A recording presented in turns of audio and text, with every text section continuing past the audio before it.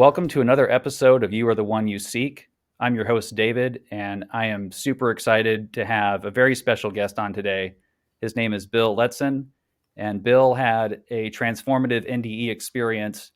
And Bill, before I, share a bunch about who you are and what you went through, I think I'll just let you take the wheel, if that's okay. Yeah, that's okay. And thanks for having me, David. Quite an honor My to pleasure. be on your show. So hello, everyone. Yeah, my name's Bill Letson, and I've got a lifetime supply of videos out there on my NDE. And so I'm here in California, taking a break from slave labor my wife's got me doing, spring, and I grew up around here. And wonderful, life, wonderful parents, highly educated, Catholic, and married a wonderful woman, and as a surfer and fireman. And in '94, I was on duty, and we were going through a pretty good flu. And this is going into my my NDE. Is that did you want me to do that, Oh Dave? yeah, yeah, absolutely. Okay. Get into anything you want. Yeah, and I'll move through it. And yeah, in '94, I was on duty working in Santa Barbara on a paramedic engine, and uh, it was a flu epidemic. I figured this out because people have asked me about, they're trying to connect the dots in my story, and it actually was a CDC official epidemic. It lasted 2 or 3 weeks in the winter of '94, and it was called the Beijing flu. And so it really rocked our world. And we were, every 4 or 5 years, we'd have something like this happen. And anyway, we ran on a patient, and we got her to the hospital, and everything, she turned out good. But during that, getting her, with emergency response, getting her out of her room and stuff like that and treating her, I took in this gnarly breath of her really sick, breath filled my lungs. And within a couple of days, it started within 12 hours. I could feel it. And then within a couple of days, I was super ill. It was like knocked for a loop. And I was a really fit, strong guy. And I got super dehydrated. Like I couldn't even believe it. And my heart was just racing. It's like 150 was my heartbeat. And then it was really dark. It was hard to get out of bed, and it was all hunched over and losing weight. And it happened really fast. And I couldn't get a pulse at my wrist, which means your blood pressure is below 80. It's in the 70s, or, if you're lucky, it's in the 70s. And so I knew something was wrong, and I called my sister, and, they figured out I couldn't talk or anything, and they figured out something's wrong. So anyway, I ended up, my fire department responded on me, and I ended up in an ambulance and to the hospital. And it was overwhelmed. There was all kinds of people in there, and they're all, a lot of kids, a lot of older people were in pretty critical shape. And so I was given a back seat. They gave me a few IVs, a few liters of fluid, and I was feeling way better. And so, I wasn't demonstrating this real critical illness. So they were working on other people, and they came in, and the place was full of people, and the nurse came in, and they were giving people the same couple of drugs, something for nausea and something for pain. And the nurse was in a hurry, and she pushed it in super fast. Not to, it's not a criticism or anything. It was just, it's what happens sometimes. And she pushed it in super fast, and I went from sitting up talking about going home to just my eyes rolled back. I fell straight back in the bed, and I was gone. And that was 3:30 in the afternoon, and my wife was there and a few fire buddies, and they said it was just shocking that you were, just collapsed. And so they came in and they Narcaned you a couple of times, 3 times, and they got you in a head down thing. So yeah, they Narcaned me 3 times in a rapid succession, and started more IVs, head down, and shipped me off to intensive care. And my wife said they were pretty freaked out by this whole thing, and take a seemingly healthy guy, young, healthy, fit guy, and just collapse him. So yeah, I sat up there overnight, and my wife said the highest blood pressure she heard in the ER was 40/0. And from what I heard, that stayed there for hours. And so somewhere during that night in that state, I left my body. And, I went from the emergency room thinking I was going home to flying through a sea of stars. It was all these colored stars, these colored balls, and they were all around me and parting, and I was just flying through them. And I was this huge, expanded cloud of some sort. It felt like I'd been released from, a hot, dark closet, is what I always say, is that it was a cramped space that I'd been pushed into, and I was now this huge awareness, this huge cloud just sailing through this sea of welcoming stars, this euphoric feeling that was nothing but peace and acceptance and joy and love coming from these stars, these orbs, these living beings. Is what I was. I felt I was home. I felt I was back where I came from. And so much so that as I was flying along, I was like, man, what was that? That was harsh.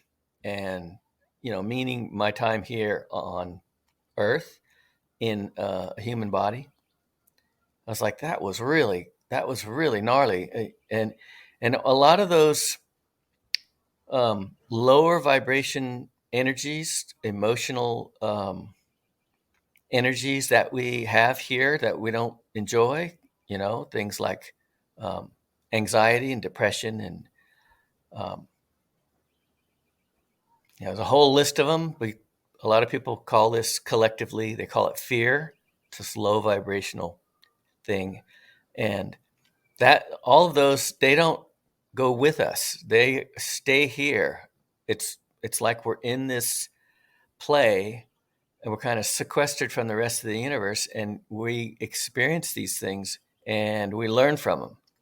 But those emotions, the low quality things like jealousy and envy, they have no place where we come from.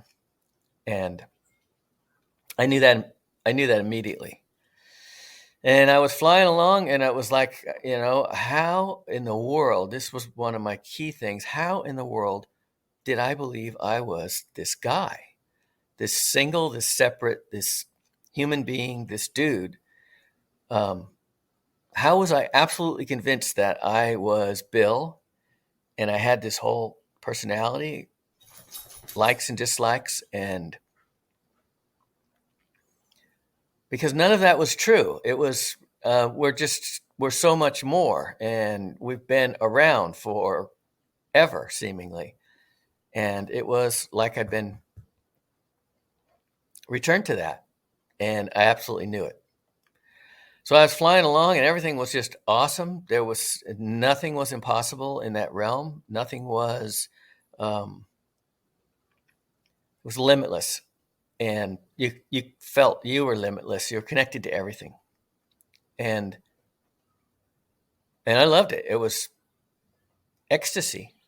And that's the thing about time. We talk about, there's a lot of people try to understand this thing with time, and that we have this linear time here on Earth. And it's the mind is sort of creating that there we have a past, and there's all this baggage associated with this past and all these joyful memories too. And there's a future, what we hope for. And that's not how it really is. It really is that every new moment is just this joyous event. And this friend of mine, her name is Louisa Peck, and she said when she was out of her body, she was flying around and she was like, oh wow, this is so cool. And she'd think about something else. Oh wow, this is so cool. It was, and every new moment is, oh wow, this is so cool. And hopefully that helps with that, understanding that, because a lot of people can't understand, how you missed your family, or you should have done something else, or you're in this realization that it was a game. It was a play or a movie or a trick that you played on yourself in order to learn or test yourself or something. But yeah, this world's very powerful, but it's not our reality. So I'm flying along and home free, loving it. And then all of a sudden, everything shifted again. And I was in this place. It had lighting. It was indirect lighting. The room was well lit. It was like a clinic or some kind of a facility or something. And there were gurneys there and equipment. And right in front of me, there were these three little beings. And they were, I was instantly happy to see them. They were bouncing around and they were giggling, and there was nothing to fear.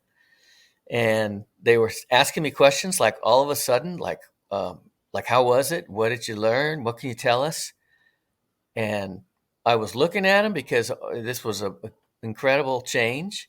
And I was looking at them, and one of them came forward. Obviously, I was confused. And one of them came forward and looked me up and down and turned to the other two and said, "He doesn't remember us." And they all giggled and bounced around in each other and laughed hysterically. And, I was like, well, little dudes, I kind of remember you. Like, give me a second. This is kind of rough here. All of a sudden. And they laughed some more. And I didn't have any fear. They were very unusual looking, but I didn't have any fear. I didn't have any fear that I was shifting dimensions. I went from earth to some heavenly existence, and now I was in this place. It seemed like an in-between place.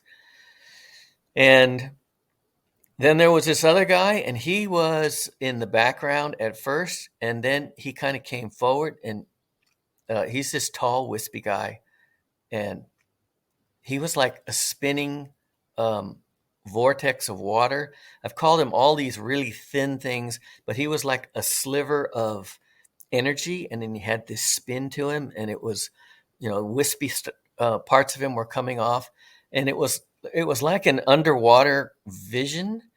But I didn't think I was underwater, but it felt like it was an underwater type thing because he had all these wispy parts of him peeling away. And as he came forward, he had this big smile on his face, and he had these bright eyes. And as he came forward, you could tell he was really happy to see me. And as that spinning energy as he came forward, it sort of engulfed me, or my energy. And it was just full of love, overpowering love, a love that we don't know here. And I felt like I was going to be overwhelmed, that I was going to drop to my knees and uncontrollably cry from love. There's so much love coming from this tall, wispy guy. And he had a big smile on his face, and he was chuckling at everything. As he came forward, he was chuckling. I could feel his chuckles inside me. And he was chuckling because the little guys were, playing around with each other, and they were making comments about me. And he was laughing about that, and they were giggling. And it was just this scene. It just went on and on where, it was nothing but happiness. And I was thinking, all right, I need to get out of this place and get back into that limitless realm.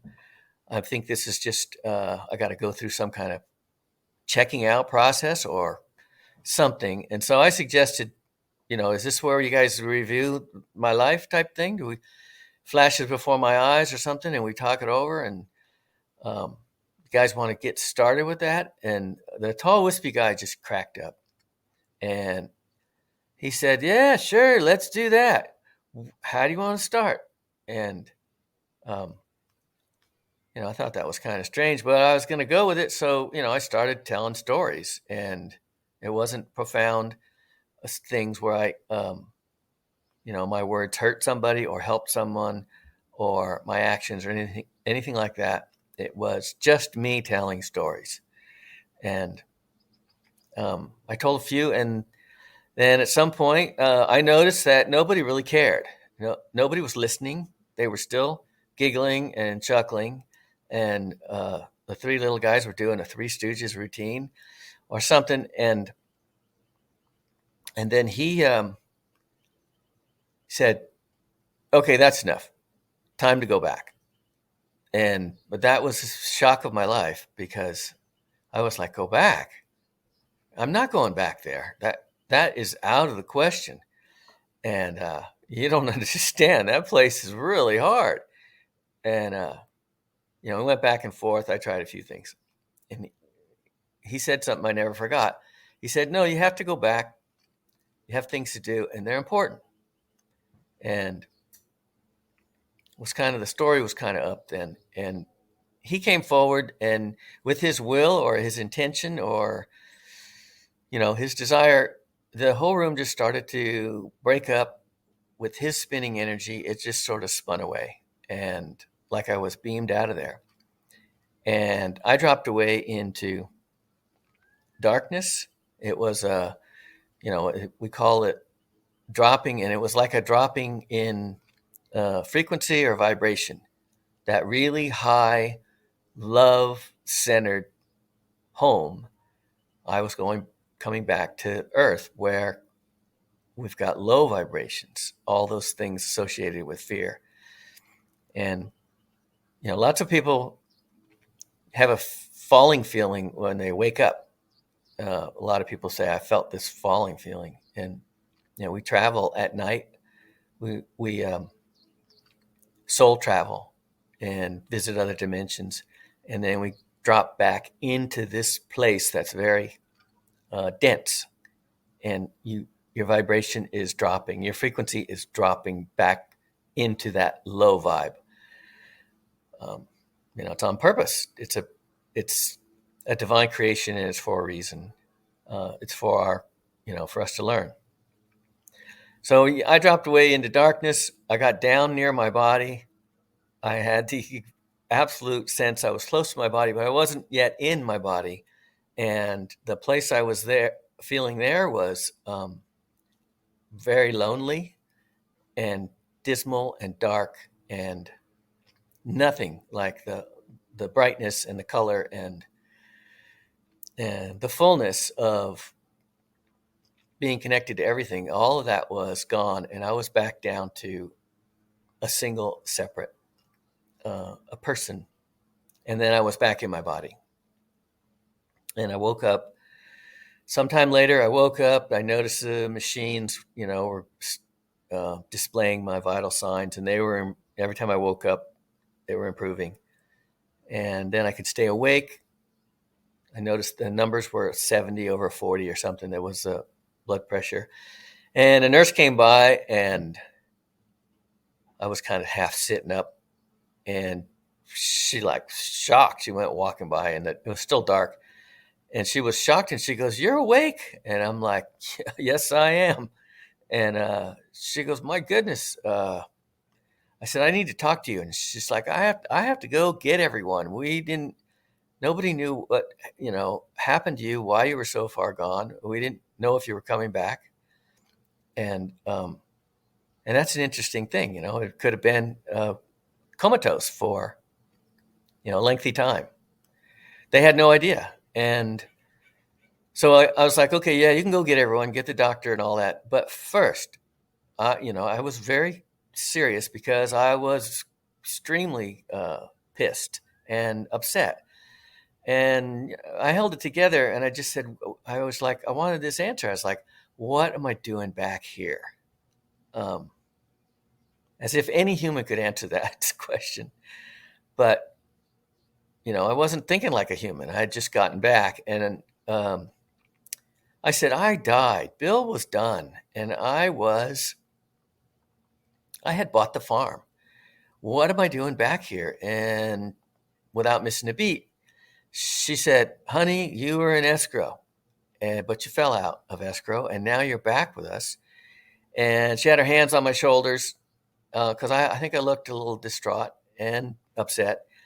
And she goes, "You're going to have to get your head around that." And she looked me straight in the eye, that windows are the connection to the soul. And I got it, soul to soul. I was grounded back in, this very challenging realm. And that was really cool because most of my people, NDE people, I know a few of them, but they weren't grounded. They walked around for a long time saying, "Why me? Why do I have to be here? What's going on here? What did I do that I'm stuck here?" And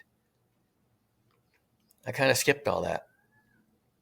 So she went and got the doctor, and he's a nice guy. And I was just like telling everybody, just, telling my whole story about all the little funny guys and then the tall, wispy guy, everything that happened and where I was. And I was telling everyone, this is a trick. This is a game that we're in. It's not real. There is a real place that we return to. And, I sound like a nut even today. And the doctors laughed at me. He went and got all his bros, and they all came through and heard the same thing. They all had good comments and laughs, and I didn't care. I didn't care what anybody said. I knew it was true.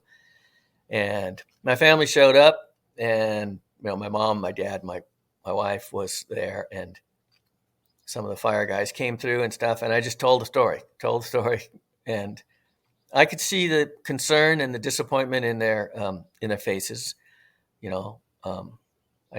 My mom, I'm sure she was like, "Oh no, he's brain damaged. We got to take care of him for the rest of his life." But I wasn't. I was just absolutely being truthful, and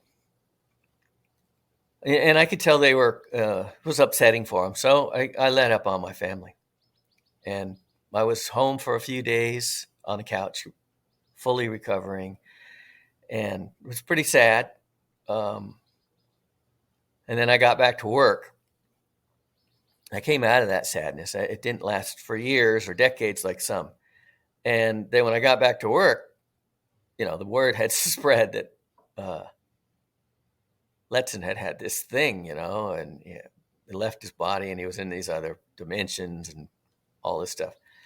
And so everybody asked me, the guys will all ask me, and I never held back. It's like, I walk into a station, they're like, "Hey, dude, what's this thing? You went to heaven or something?" And I'm like, "Yeah, sit down. I'll tell you all about heaven."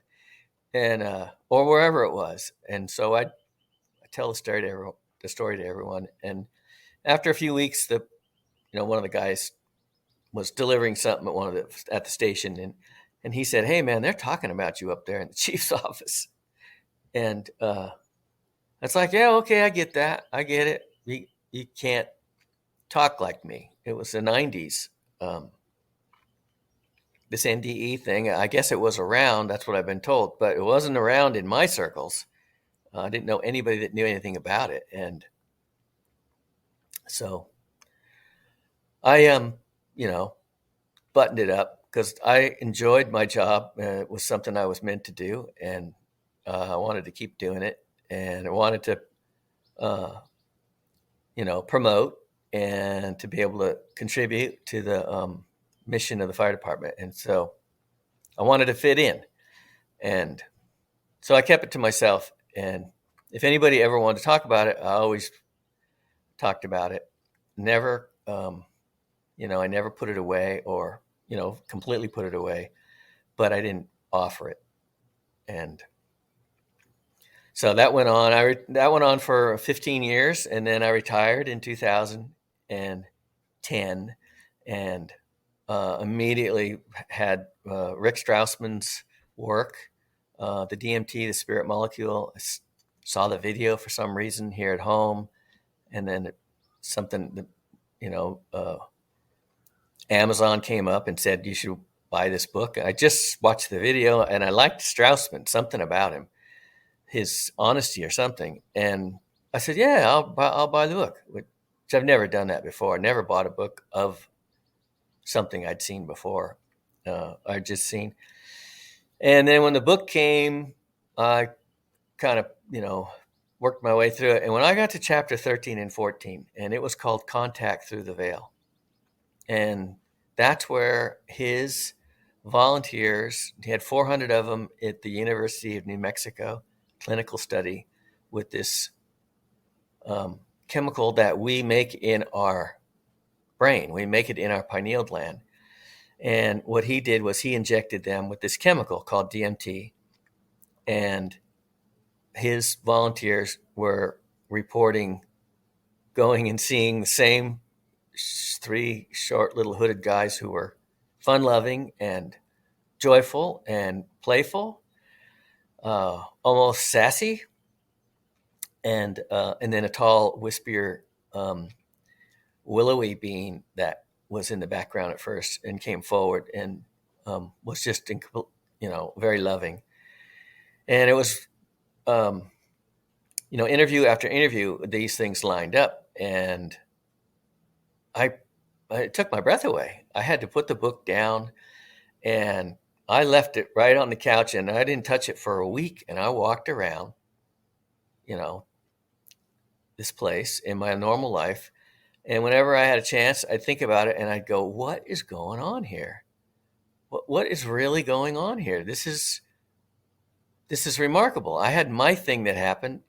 I never dismissed it. I never put it away or anything like that. I knew it was real.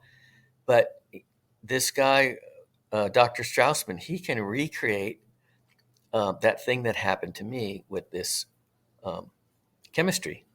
And these people were going and seeing the same things. And occasionally one of them would report having a scary experience. And Strassman kind of explains that. It had everything to do with the subject, the volunteers' demeanor, their outlook in the world. It was, fearful. They were leading their life with a fearful introduction to everything new.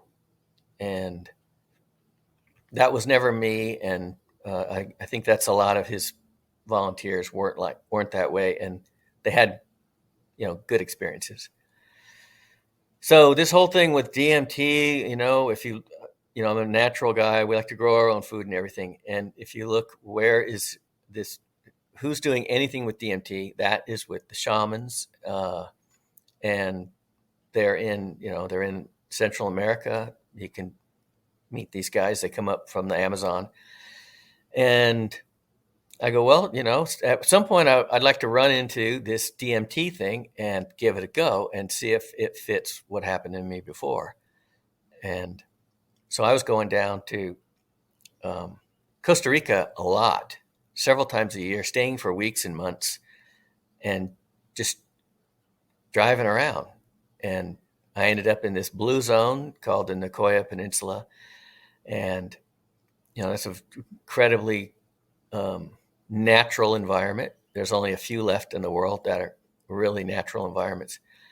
And, I got off the paved roads, then I was off the dirt roads, and then I was on the trails in the villages with international hippie communities, bohemians, and, shamans, and Native American ways were kind of predominant. Everybody ate very healthy, organic food, full of light, vibrant energy from the sun, and spent a lot of time in silence. And I drank the ayahuasca a few times, and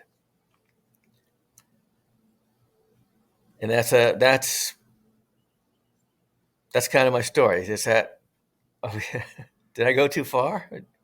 No, no, not at all. I'm glad you ended it with the ayahuasca part, because I'm curious, once you did take ayahuasca, how similar was it for you to your death experience?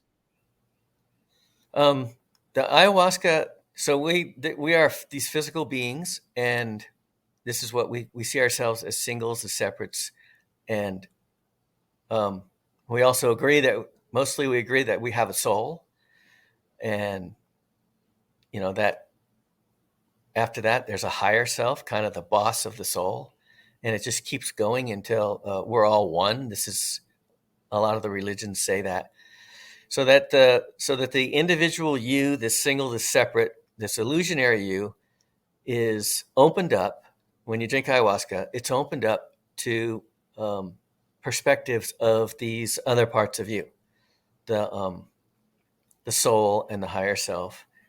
And so what I came to understand after, you have to process those experiences, because they're so profound, they're so bizarre, that what I saw was myself, my ego, Bill, resisting this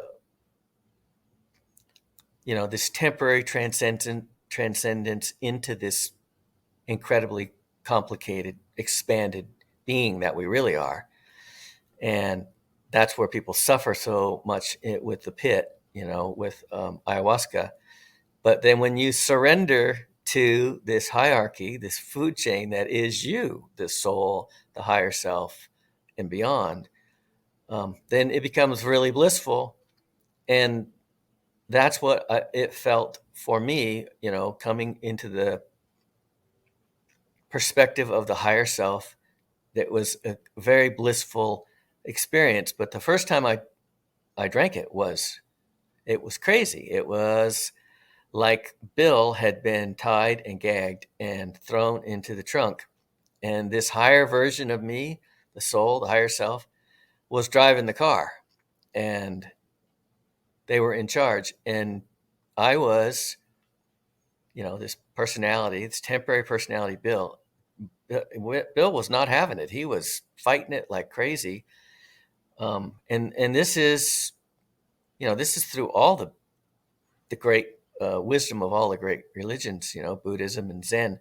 This is this temporary world self, this human temporary personality. This is the one that gives us all the trouble. And ayahuasca clearly lets you see that. So to answer your question, you do eventually you realize that there's this really huge hierarchy of you, and they're all you, and it's almost impossible to describe, because a human spends 100% of their time listening to the voice in their head, this human being, this personality that this part you've taken on, that you're pretending to be. We're listening to that whole thing with the DNA, with the astrology, with the birth chart, the energies that are scripted on to your character for this round. Those all have a hand in creating you. And that narrator, that the thoughts in your head, that, we're living in our left brain the whole time we're here. And left brain is analytical, facts and figures. It's boots on the ground in the earth and always in charge. And then the right brain, which is creativity and music and color and flow and dance and what we really are, that's correct. That's connected to the divine. It's connected to home. And ayahuasca swaps those. It puts the divine brain in charge, and the left brain, analytical, animal brain, like I said, it's tied and gagged for a few hours. And, it can be, it's like, dying. You feel like you're dying. Your personality is going away. And when you let it go, that's when the whole ayahuasca ceremony swaps, and it becomes, within minutes, it becomes absolute bliss, like what I felt in that star realm with all those orbs. That opens up to you when you allow it. So I don't know if that got more confusing or what, but No, not at all. Do you see any benefits with any other, 'cause psychedelic therapy has kind of taken over as a trending new approach to a lot of mental health disorders. And, I hear that psilocybin, LSD even have been effective. They've done trials with MDMA for PTSD. Do you see psychedelics as sort of the new wave of medicine and our understanding of again, who we truly are? Or is it kind of something that should be taken very cautiously and, only put in a clinical type environment where your goal is to elevate yourself and not just for recreation or fun? Or can it be both? yeah, we're going back to ancient ways, and that's what the shamans are. That's what the Native Americans are. They are leftovers from ancient ways where we knew that these plants, these substances are divine creation. There's no nothing is happenstance. There's a reason why there's these mushrooms out there, or whatever the Native Americans, the shamans use. That there's a reason, they have a frequency, and when you ingest them, you take on that frequency for some hours, and that frequency matches our home. It's high frequency, it matches our home, and we are connected to it. And I think the reason that Western medicine is now doing these things, it's shocking for a guy like me, who born in the 50s. Drugs were, people who talked about these things, psilocybin and mushrooms, they were, druggies. These were lowlifes, and that's completely changed. I bought some mushrooms online, and they're sitting right over there. I haven't taken any of them yet, but waiting for my wife to get her courage up. But I've never done anything like that before. I just drank the ayahuasca handful of times around 10 years ago. But anyway, yeah, I think what's going on is slowly the world is going to go back to that ancient knowledge. And, hallucinogenics, they're really not hallucinogenics. They're sort of reality-genics, our true reality.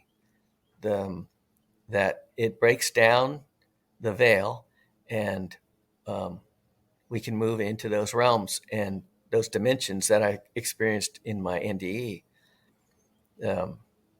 It's the same chemical. We make DMT in our pineal gland, and at night we get a little drop, and we leave our bodies and we soul travel, and we think we're having these wild dreams and all this stuff, but more likely we are traveling in these other dimensions, unlimited dimensions, and we come back.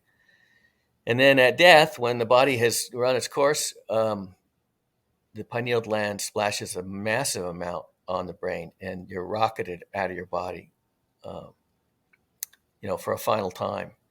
And So yeah, it's the same mechanism, and it's a chemistry thing. And so yeah, I think it's cool, and the world is in wonderful hands. Well, slowly these things will become normal to where they'll be used for, you know, a lot of people with depression and a lot of these mental illnesses and just things like that. They'll get a ton of relief.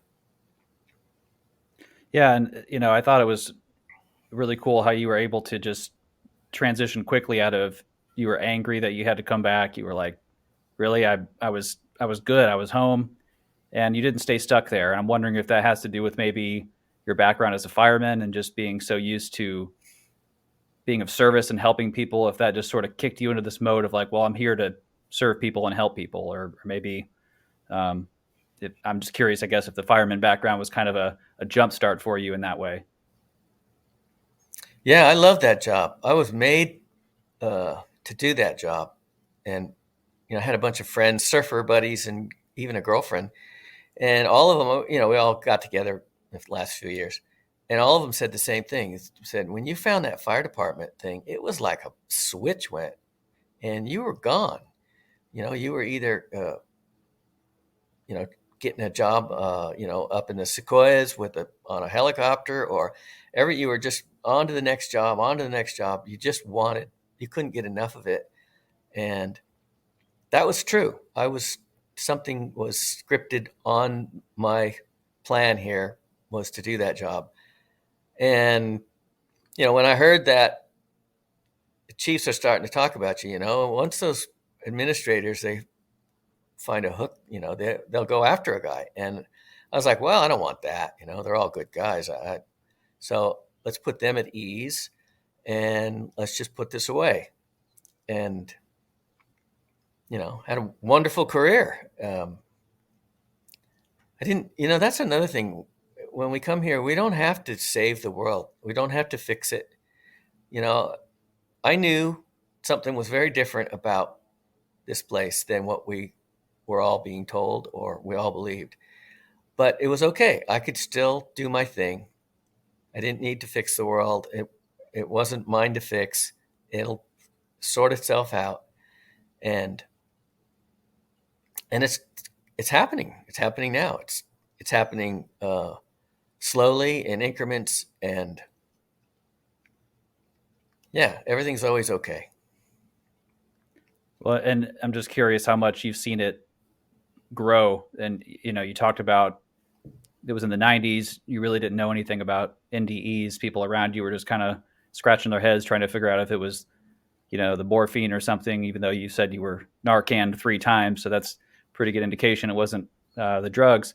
But, how massively have you seen the growth happening from back to the 90s to now, where you can have your story out there and get, I think last time I looked, it was 8.8 million views on one of your stories on YouTube. So are you seeing just a huge increase in awareness, in humanity finally kind of trying to level themselves up and get past this idea that, again, we're just this one person having this one experience and that's it?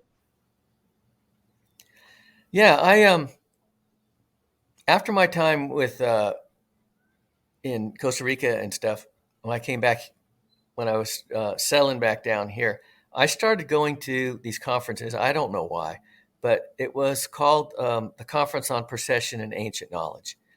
And there was a series called The Pyramid Code by Carmen Bolter. And a lot of the things that I was figuring out was in that series. And it was helping me a lot. And what the big story is that the earth that we live in here, there is, we have the days and the weeks and the months and the years and the centuries. But then there's this bigger chunk of time, and it's called the Great Year. The Mayans called it the Great Year. And it's a 25,000 year, 26,000 year cycle that the earth goes through. And it's all astrologically driven. And we go through a golden age. This is going back to Atlantis, and drops we dropped down into a silver age and a bronze age, and then an iron age. And this is where we're, we just bottomed out and turned the corner. It's kind of debatable what the actual time was, but some say 2012, December 2012. It wasn't the end of the world. It was the beginning of a new kind of human where more energy is coming into the planet, the Earth plane, and these new humans can handle that elevated energy, this elevated frequency, this love frequency, this light is coming back into the planet. And absolutely, in 2013, I was down in Costa Rica in this little village, and kids were coming from all over the world and finding their way out on these dirt roads and trails, saying, I'm supposed to be here. And they couldn't accommodate them all.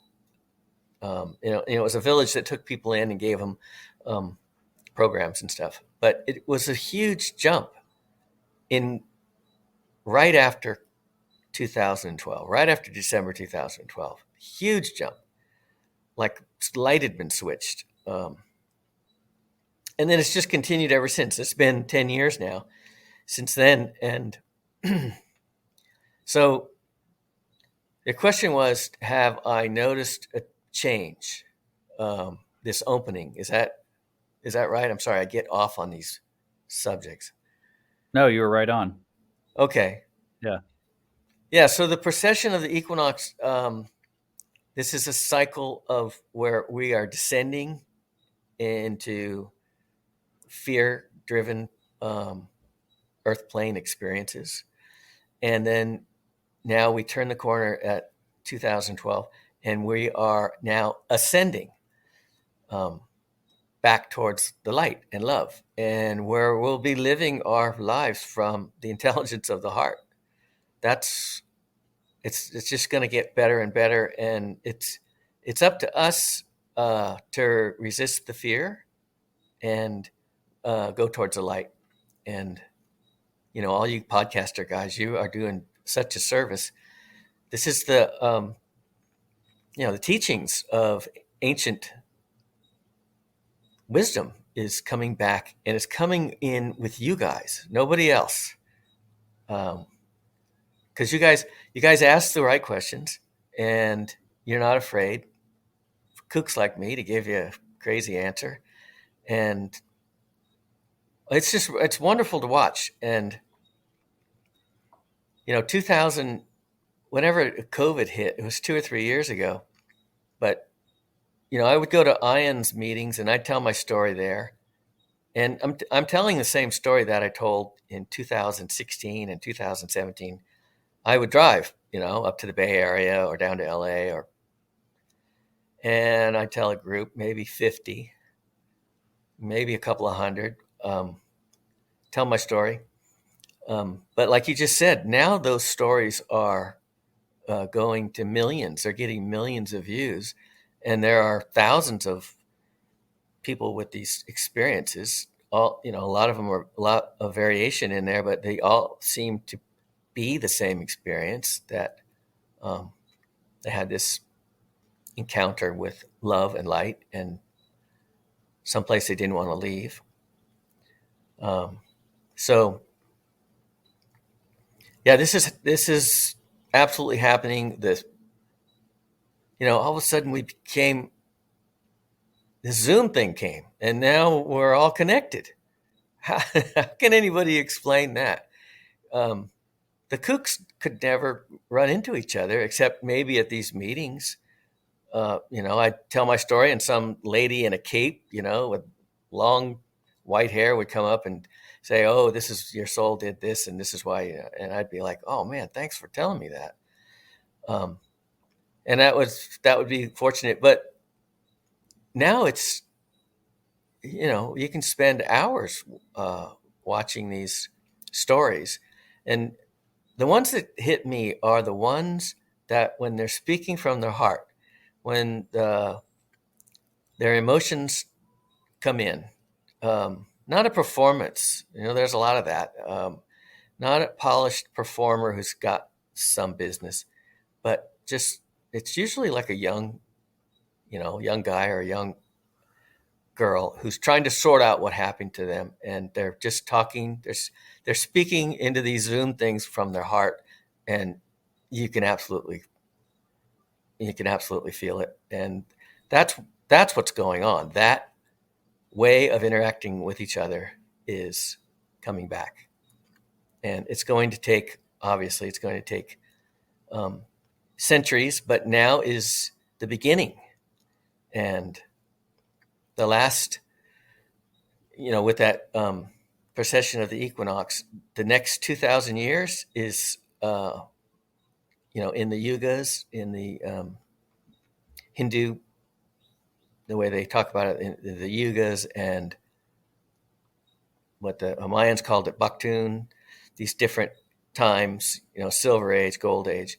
But right now they call this time the Age of Heroes. And, these people that are stepping forward and telling their story, and the people that are asking the questions and going through all this production effort with podcasts, this is your time, man. This is it's true. It's really true. It's not, not trying to make some sensational thing. It's really happening. And in this cycle, this precession of the equinox, this great year, it has gone on forever. And that is the most powerful word I'll say today, because it is a cycling thing where light comes into the world, and that's what's starting now. We can choose the light, but it's mostly darkness still, because we're still low. And then, after the golden age has run its course, then it'll slowly come apart, and we'll sink back into darker ages. And that's, that if you can get your head around that, then you can realize that this is a temporary gig. We come down here, we play lots of parts, and we learn from them. And, we believe we have a soul, but it's the other way around. The soul has us, this temporary avatar, and nothing's ever lost. And I guess when I had my near-death experience, the transition was seamless. It was flawless. I was still me. I was in this incredibly wonderful environment, but I was still me. The voice in my head, the sense of humor, it was a flawless change, and I was somewhere else, and I was someone else. I was no longer Bill, and I absolutely knew that. And we've all done that thousands of times. And it's never anything to fear. It's a wonderful gift. So would you say it's fair that we don't get stuck ourselves necessarily in the cycles of dark and light? At a certain point, we transcend that cycle, and we're able to move out of kind of being stuck on the karmic wheel, as it is usually described, or is this something that you think we do sort of over and over and over for an undetermined amount of time? Well, I think we have thousands of lives, and with each life, there's some core quality of ourself, some honesty, some integrity, some virtuous, something that says, I want to help others. I'm not here for my own gain or satisfaction. And, then that quality is so powerful that it comes through no matter what character you take on. That quality is going to come through in your life. And it's almost like you're testing it or challenging yourself to see, can that higher me step forward into this world and do good things, be kind, be compassionate, be helpful. And that's what I think is going on. And then we get to leave here. And, this, I think you said the karmic wheel, we break free of that. And we don't have to reincarnate.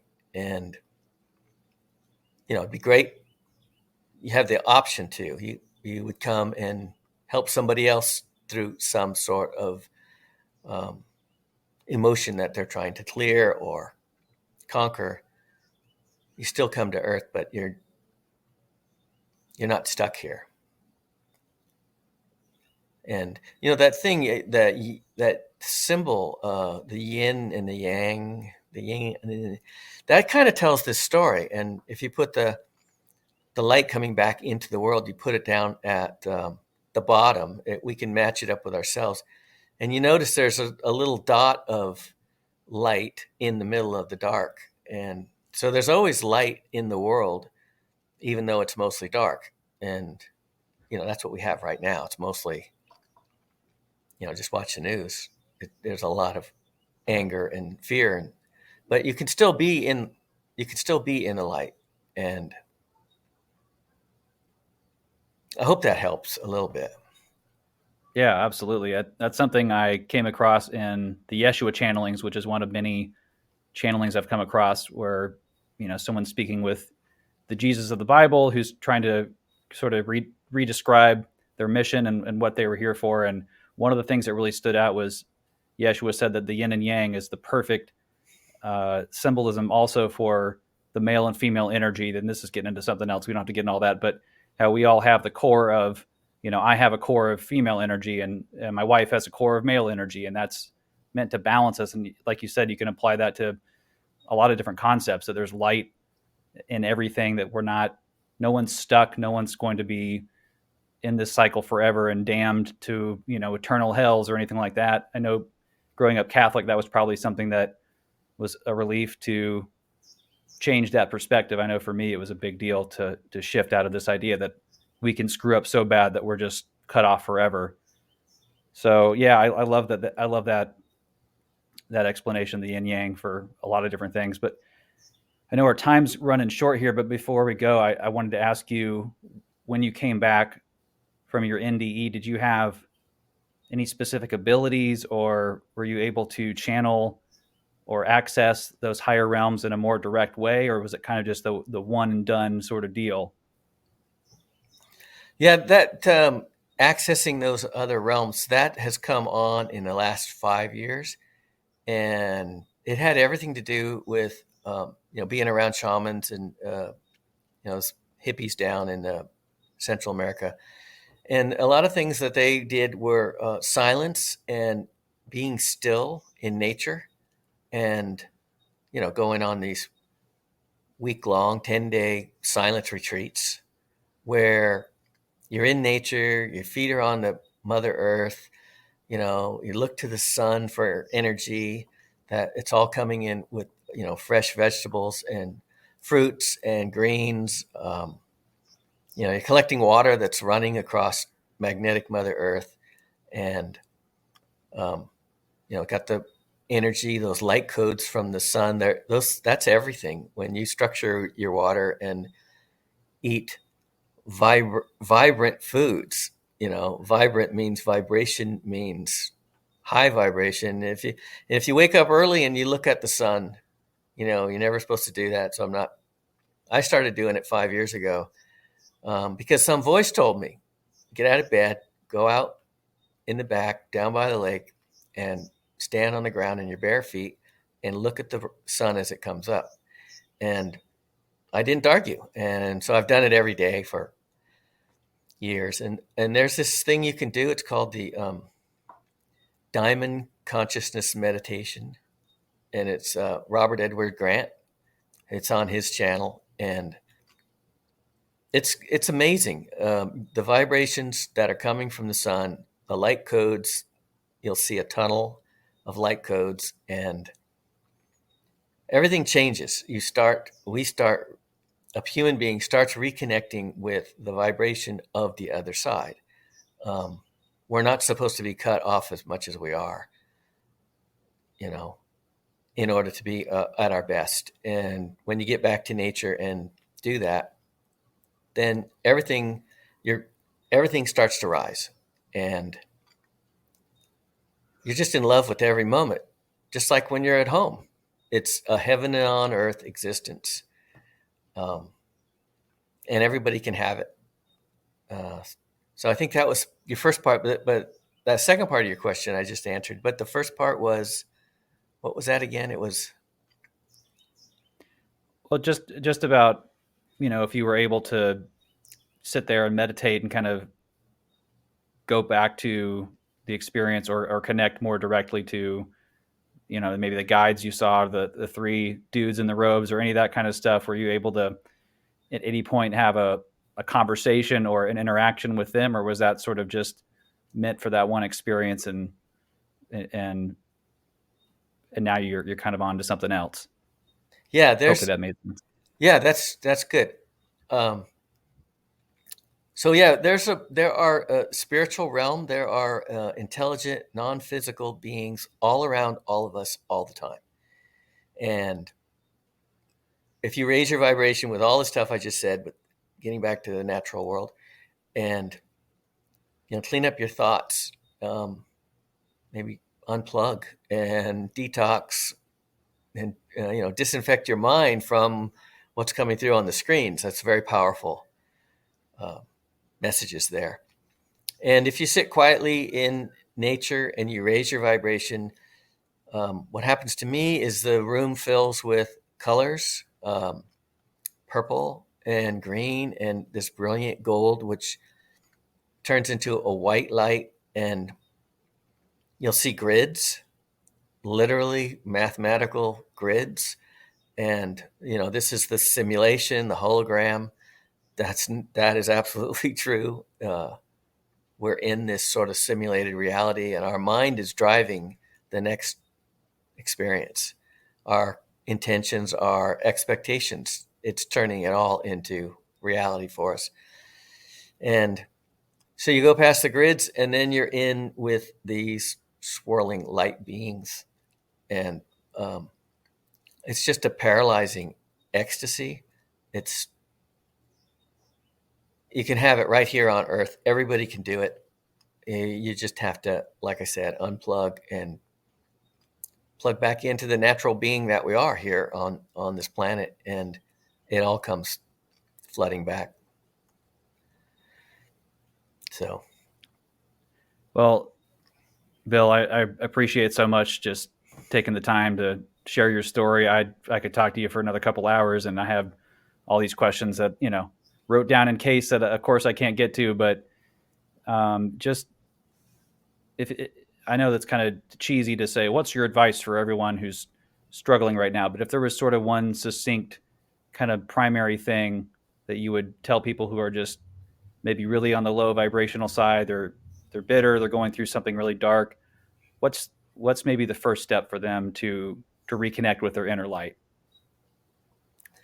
I think the first step is that vibrational, reconnecting with that vibration, that high vibration. And I just talked about the screens. Our screens are telling us we're supposed to be drinking alcohol. This is a sign of being happy, and everyone's supposed to have a drink in their hand, picture taken, and we're all supposed to be hooking up. This makes us happy, and maybe not. Alcohol is a central nervous system depressant, and our central nervous system is running it's running the matrix. It's running the simulation. Our brains, our eyes, our ears. It's the translating mechanism. And if if alcohol is a depressant, then that means you're depressing that frequency that your central nervous system will gravitate to. So if you cut out some of those depressing things, drugs, a lot of kids write to me and they say, I've got my drug of choice and I've got it under control. No, you don't. You do not have your, or whatever you're doing. Those things are and that goes towards opiates, the current opiates. Um, those are crystals. Crystals are incredibly powerful. It's like a living being. We're taking these crystalline white powders, these crushed crystals, and we're creating this other vibration that's incredibly low, along with alcohol depressing our central nervous system. So a lot of these people, like you talked about, a lot of young folks, they learned it from their parents, and their parents learned it from their parents, that you're supposed to be drinking alcohol and the drugs to relax and all this stuff. And man, if you, with the help of a naturopath, you can get off some of those things and get back to the natural world. Get back to these other souls that we share this planet with. They're they're not going through the same torment that humans are. Everything's normal for them. There's like 200 geese just right outside here. They're all having their babies and stuff, and they're happy as hell, loving every day. So yeah, the place to seek refuge is in the natural world, and it's filling yourself back with the vibrations, of the sun, where we come from. That's the light of the world. That'll pick you up incredibly, and Well, keep and keep I guess watching videos like this. They're good. I was going to say, because you're basically saying, well, we never die, and to me, that's what we structure so much of our life around, is preventing death. And I just think how, like those geese, they're just doing their thing. They're not thinking about, oh crap, I got a plan for whatever disease I might get in the future, all these things. Like, I just think how liberated would we be if we could let go of the fear of death. But that's a tall order. That's maybe not the best place to start, but in my mind, that's kind of like, I think you're basically, summarizing that throughout the podcast. So, man, Bill, I appreciate again so much for you taking the time and sharing your story. And I'm so glad you came back, that you were excited about it, and that you've been able to, help so many people just by sharing that light and that love that we all come from and that we're all returning to. So on that note, I hope you have a great week, and maybe I'll have you back on sometime soon and we can talk more about, I didn't get into the Matrix and all the other movies and stuff that are great parallels, but I know you've talked about that on other podcasts. So just go on YouTube and type Bill Letson and you'll find all kinds of good nuggets. So, but Bill, thanks again, man. I really appreciate it. Yeah, I appreciate you, David. Thanks for having me.